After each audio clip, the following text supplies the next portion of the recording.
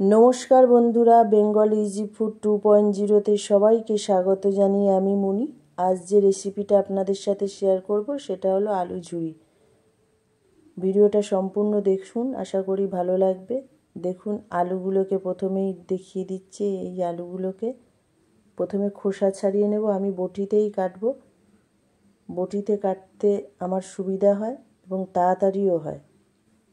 অনেকেই স্ক্র্যাপারে কাটেন, কিন্তু আমি মনে করি বটিতে কাটলে খুব তাড়াতাড়ি হয়।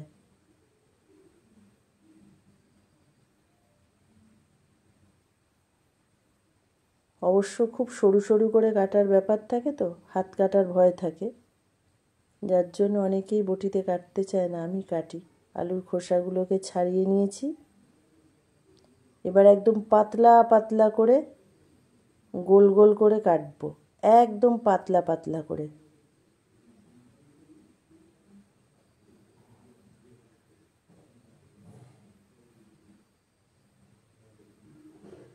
এই দেখুন, একদম পাতলা পাতলা করে কেটে নিয়েছি। এরপর একদম সরু সরু করে কুচিয়ে নেব।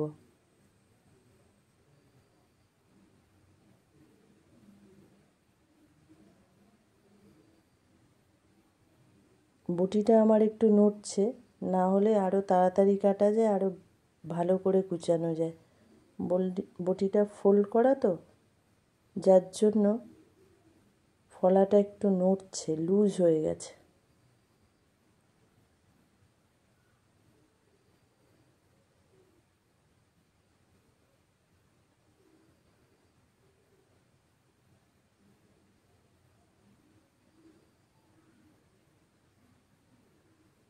এই দেখুন, কুচিয়েছি।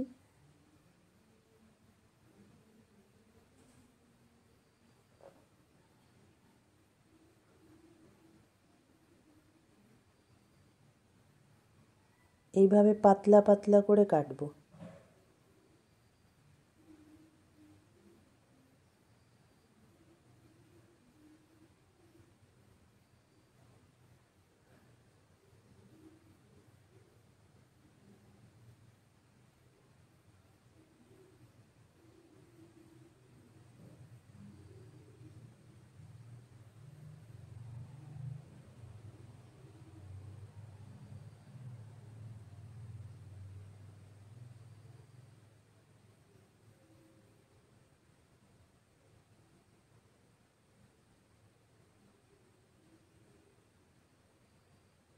বটিটা একটু নড়ছে, যার জন্য, না হলে আরও তাড়াতাড়ি কাটলে আরও কুচানোটা ভালো হয়।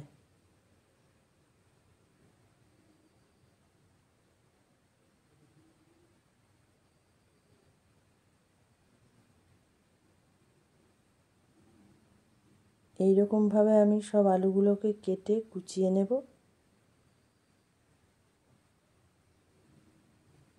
দেখুন, আমার আলুগুলো কুচানো হয়ে গেছে।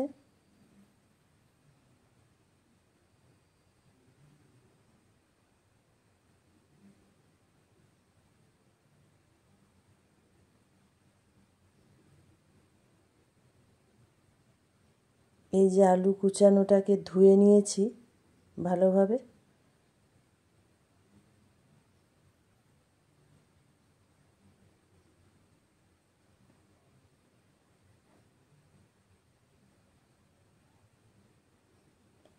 একদম সরু সরু করে কেটেছি। এরপর এইভাবে চিপে জলটাকে ঝরিয়ে নিয়ে নেব। আপনারা চাইলে ছাঁকনির ওপরেও আলুটাকে ভালো করে একটু পাতিয়ে পাতিয়ে দিয়ে জলটা ঝারিয়ে নিতে পারেন।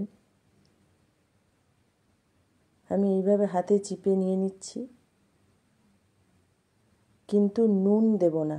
নুন দিলে আলু ভাজার পরে তাড়াতাড়ি নরম হয়ে যায়, তাই নুন দেব না, নুন ছাড়াই ভাজবো। আর এই যে কারি পাতাগুলোকে দেখুন, কারি পাতাটা দেব, অন্য কোনো মশলা কিছুই নেই। আর এটা বাদাম ধুয়ে নিয়েছি।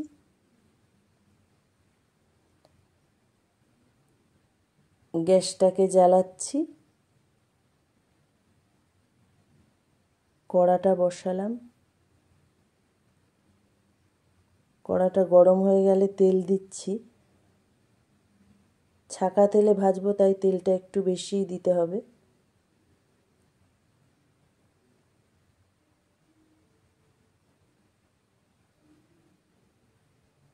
তেলটা গরম হয়ে গেলে, তেলটা আমার গরম হয়ে গেছে, এরপরে কারি পাতাটাকে প্রথমেই দিয়ে দেব।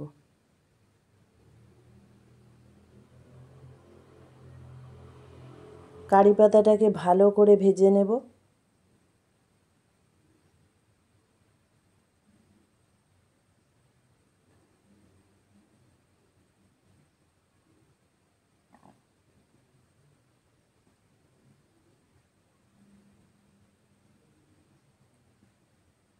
কারি পাতাটা ভাজা হয়ে গেছে, আমি তুলে নিচ্ছি।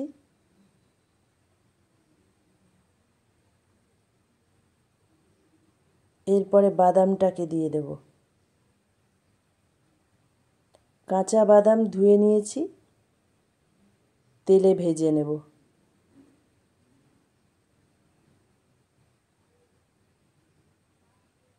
বাদাম ভাজাটাও আমার হয়ে গেছে, এরপর আলুটা দিয়ে দেব।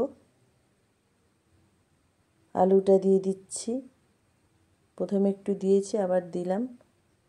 অল্প অল্প করে দিতে হবে, একবারে সব আলু দেওয়া যাবে না।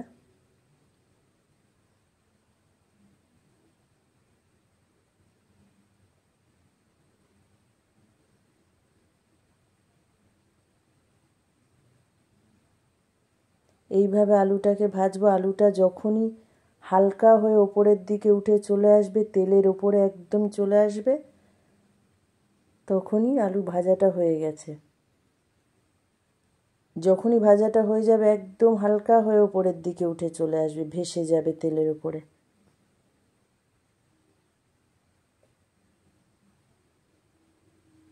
তবে নুন দিয়ে ভাজা যাবে না, কেন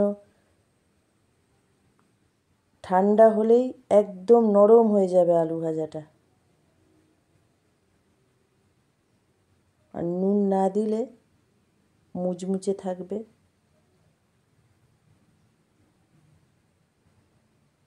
ভেজে যখন তুলবেন, কিছুক্ষণ মানে কোনো চাপা না দিয়ে খোলা জায়গায় রাখলে ওটা মুচমুচে থাকে।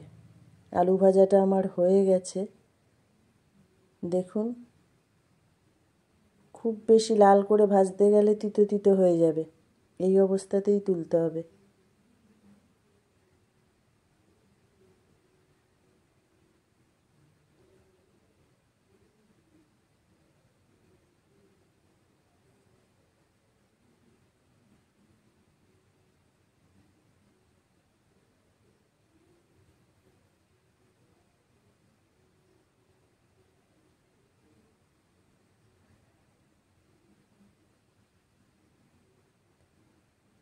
পুরোটা তুলে নিলাম, আবার দেব আলু ভাজা।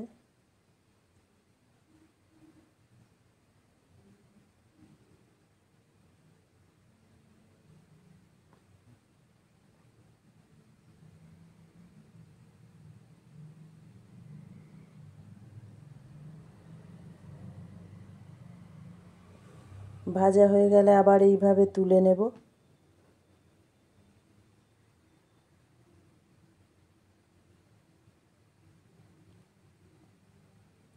এইভাবে নুন না দিয়ে আলুটা ভেজে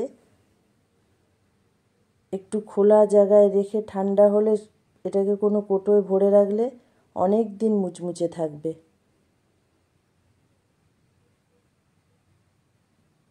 কিন্তু নুন দিলে নরম হয়ে যায়।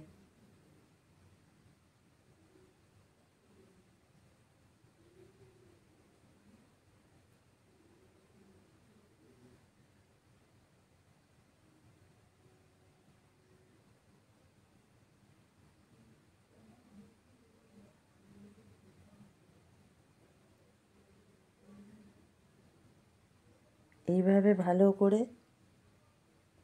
তুলে নেব।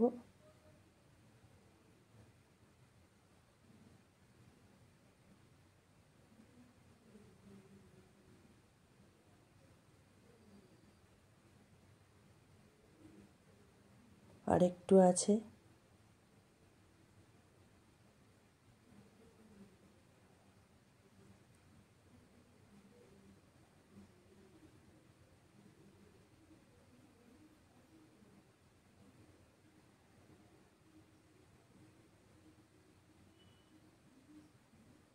সব আলু ভাজাটাকে এইভাবে ভেজে নিলাম।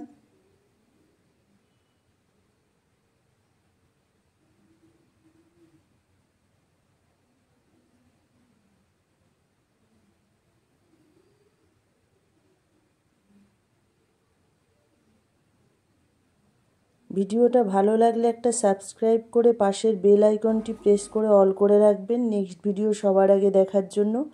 ভিডিও ভালো লাগলে লাইক শেয়ার করবেন।